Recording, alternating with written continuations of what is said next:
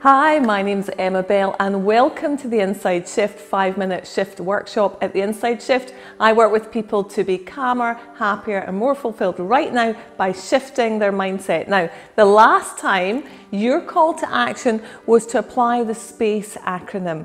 Remember to shift your physiology or take action or change your cognitions, i.e. your thinking, in order to change your emotional state. I hope that worked for you. Now today, what I want to talk about is using our whole brain, the left hemisphere and the right hemisphere. And as you know, Ornstein Sperry won a Nobel Prize in 1981 for identifying the two hemispheres of our brain.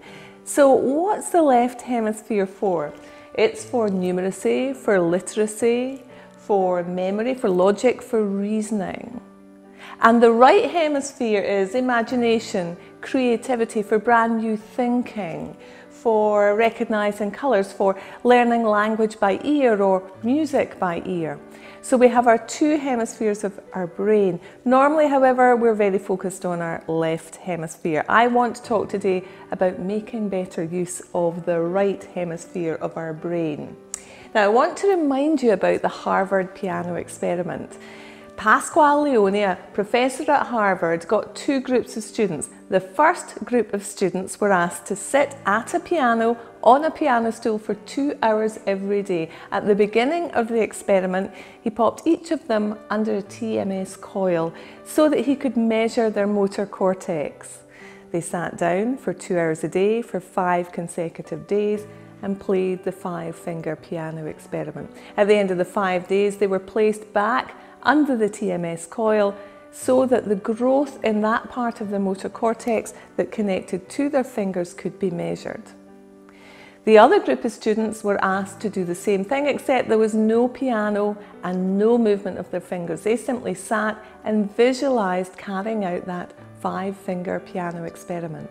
They were placed under a TMS coil at the beginning and at the end of the experiment, and the same growth in their motor cortex had occurred as in that of the students who were actually playing their piano. So what we do know is that visualization creates the same changes in our brain as does actually doing the act. And I have my own experience.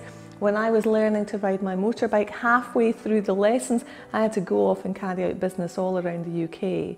And I'd persuaded my instructor to keep my test booked in, and I simply visualized riding around the test route with such accuracy, using every one of my 5 senses, even feeling the vibration of the engine on my body when I was riding the bike, the touch, the taste, the smell, the feel, the sounds, all of it.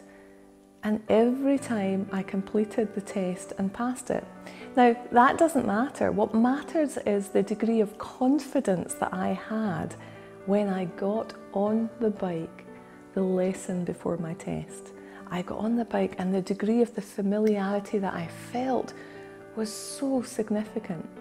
Clearly, brain changes had taken place as a consequence of my imagining, my visualizing, carrying out the test on that same route with some degree of intensity by applying each of my 5 senses.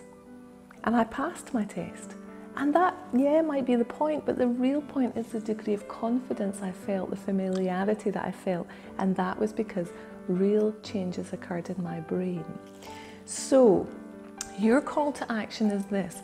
If you have a presentation coming up, or you're a leader and you have a potentially difficult meeting with a member of your team, or you're a mother or father and you've got a tricky conversation with your child, don't allow all of those subconscious fears and nervousness to come up. Instead, visualize the presentation, visualize the conversation with the intensity of each of your 5 senses so that changes in your brain occur, and therefore that has an impact on your hormones, on your adrenaline, so you feel calmer, more engaged and more focused. And also, things come up when you visualize meetings.